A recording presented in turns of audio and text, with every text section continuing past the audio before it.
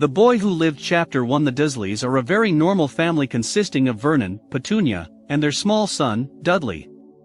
They do not tolerate anything mysterious or something that is not ordinary. One particular day, Vernon Dursley experiences a rather strange day. He notices a cat in his driveway that doesn't behave like a normal cat. He finds people in the street wearing funny cloaks and rejoicing and talking in hushed whispers. He even hears some people talking about the Potters and their son Harry. This upsets him because Lily Potter is his wife's sister, and along with her husband, she is one of the strangest people in this world, and the Dursleys do not like themselves associated with them. He ignores all this and thinks of this as a coincidence. The same night, a mysterious old man, Albus Dumbledore, appears in his driveway out of nowhere. The cat, that Vernon noticed earlier, transforms itself into an old lady, Professor McGonagall. Both seem to know each other, and Dumbledore reveals to McGonagall that the Potters are dead. Their one-year-old son, Harry, miraculously escaped, and their attacker, Voldemort, aka you-know-who, has disappeared. The news about the Potters upsets McGonagall, and she asks Dumbledore if Voldemort is really gone. Dumbledore says that he is gone for now. A half-giant, Hagrid, appears in a huge motorcycle with little Harry in a bundle of blankets. McGonagall is horrified when she comes to know that Dumbledore is planning to leave Harry with the Dursleys, who are his only living family now, to keep him safe. They leave him at the Dursleys' doorstep in a basket, and Hagrid bids Harry a tearful farewell. Everywhere in the world, people celebrate the defeat of Voldemort and raise a toast to Harry.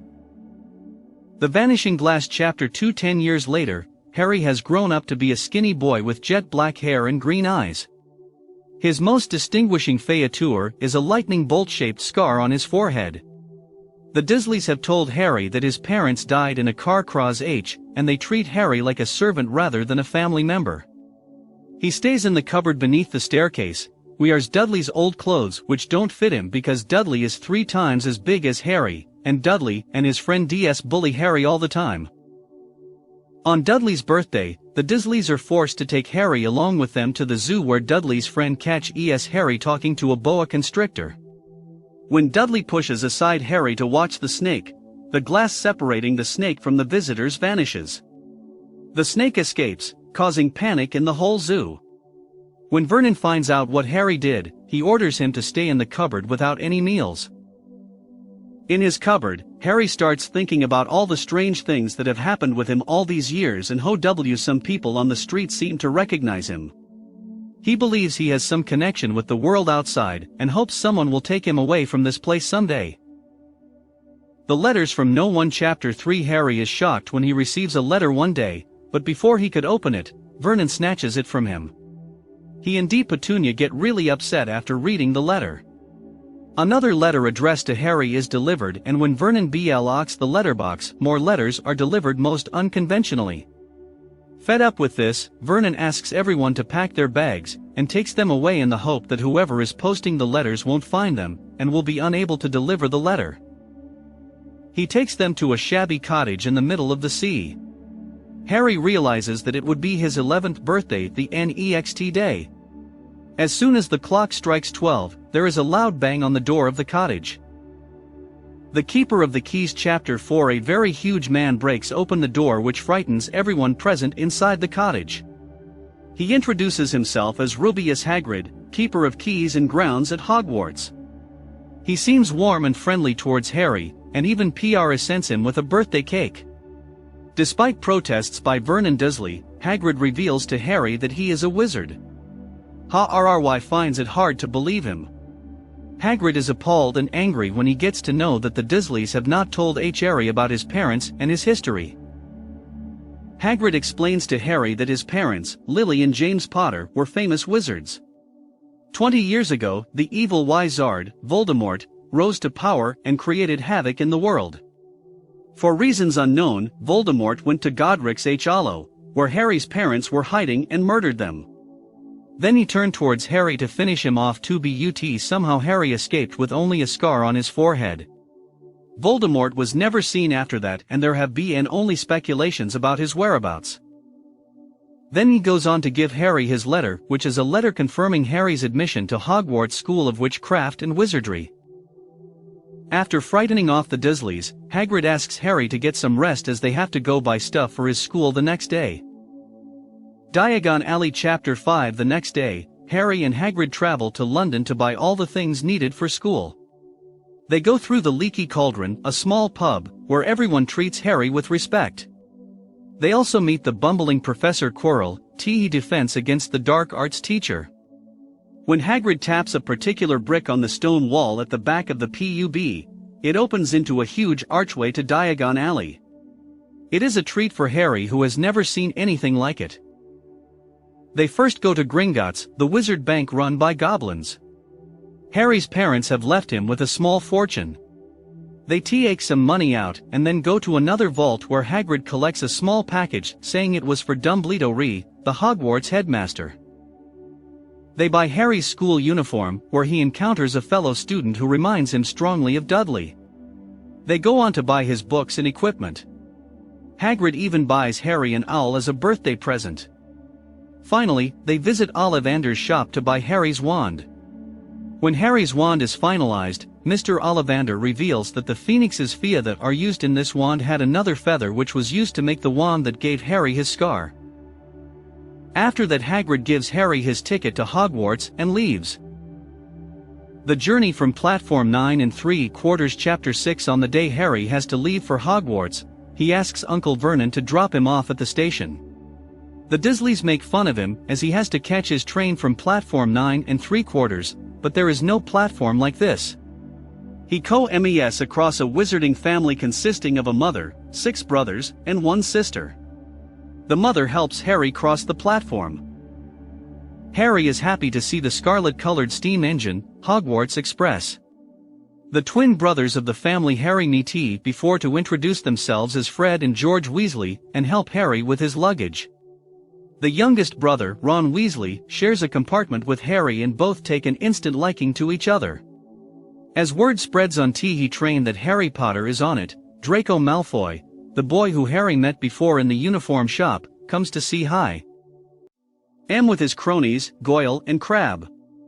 Malfoy makes fun of Ron and Hagrid, which angers both Harry and Ron.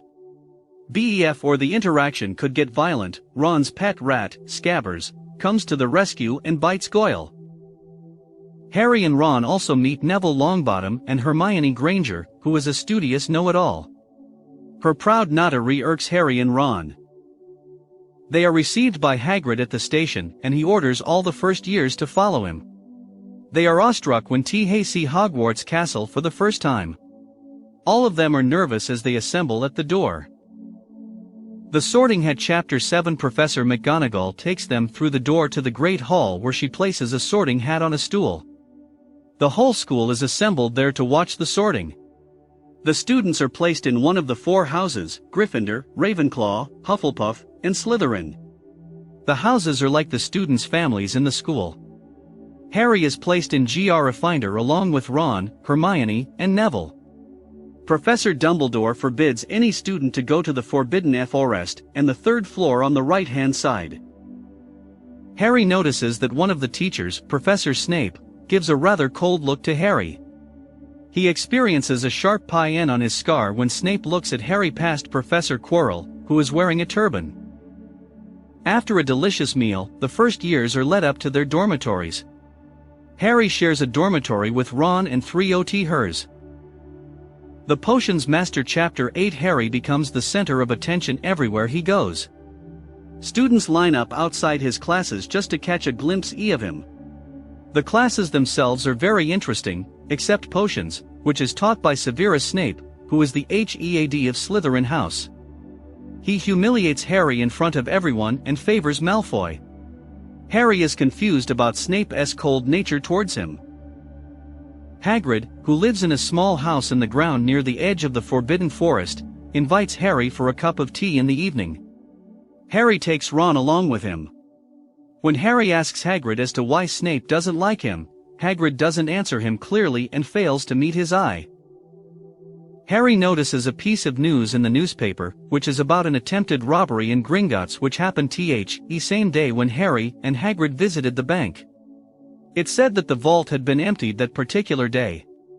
Harry wonders if it is the same vault that Hagrid emptied. The Midnight Duel Chapter 9. After an altercation between Harry and Malfoy during a flying lesson, Harry is selected to play in the position of As Eaker in the Gryffindor Quidditch team after Professor McGonagall, Gryffindor's head teacher of Transfiguration and deputy headmistress of Hogwarts, notices his flying skills. She introduces him to the captain of Gryffindor's Quidditch team, Oliver Wood, to start his training. Meanwhile, Malfoy challenges Harry to a wizard's duel. Hermione tries to stop Harry and Ron, but when they refuse to budge, she comes along with them with Neville. They find out that Malfoy has tricked them, and that he has Tip. Ed Filch, the cruel caretaker, and his cat, Mrs. Norris. They run to hide and accidentally enter the forbidden part of the third floor. They encounter a gigantic, three-headed dog, and they run out of the room to save their life. Once they are returned to their dormitory, Hermione informs them that the dog was standing on a trapdoor. Harry believes the dog is guarding the package Hagrid took from Gringotts. Halloween Chapter 10. Harry receives a new broomstick, Nimbus 2000, from Professor McGonagall during breakfast with a note that said to meet Oliver Wood for training. Excited to learn to play Quidditch, Harry meets Oliver in the evening, who explains the rules of the game to Harry. Oliver is impressed with Harry's skills. 2 months have passed and Halloween has arrived.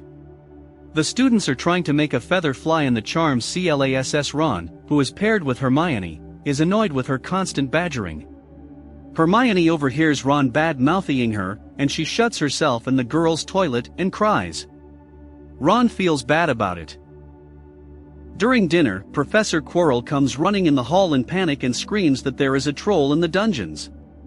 Panic ensues and Dumbledore asks all the students to go back to their dormitories. Harry and Ron decide to slip to find and warn Hermione, who is still in the toilet. On their way, they find Snape secretly hurrying off to the third floor, but they don't follow him. Harry and Ron find the troll in the same washroom where Hermione is.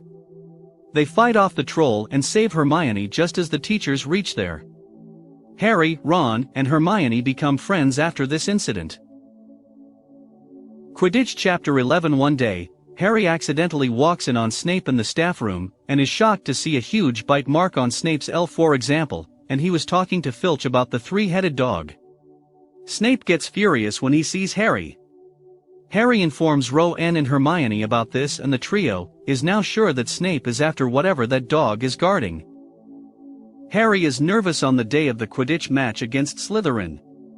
During the match, his broom starts acting weird and Hermione finds Snape cursing the broom to make Harry fall.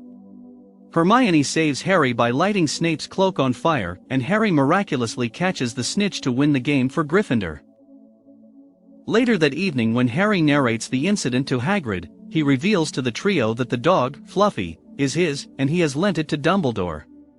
He also accidentally lets it slip that there is a certain Nicholas Flamel involved in this. The Mirror of Eris Chapter 12. Christmas arrives and Harry signs up to stay at Hogwarts. Ron and his brothers are staying too, while Hermione goes home to celebrate with her parents. On Christmas Day, Harry receives the invisibility cloak, which makes the wearer invisible, as a gift with a note that says that it belonged to his father. However, the note is not signed. After spending a fun-filled day with the Weasleys, Harry wears the cloak and goes out at night. He first visits the library to find out more about Nicholas Flamel. Harry, Ron, and Hermione have so far been unable to find anything about him. He narrowly escapes Filch and Snape and finds himself in a room with a mirror that showed him his parents and family. Excited, he takes Ron with him the next night to see his family. However, Ron only sees himself as the head boy and the Quidditch captain. Despite being warned by Ron to not go, Harry goes again to see his parents in the mirror, only to find Dumbledore waiting for him. Dumbledore informs Harry that the mirror is called the Mirror of Eris, and it only shows a person's deepest desires.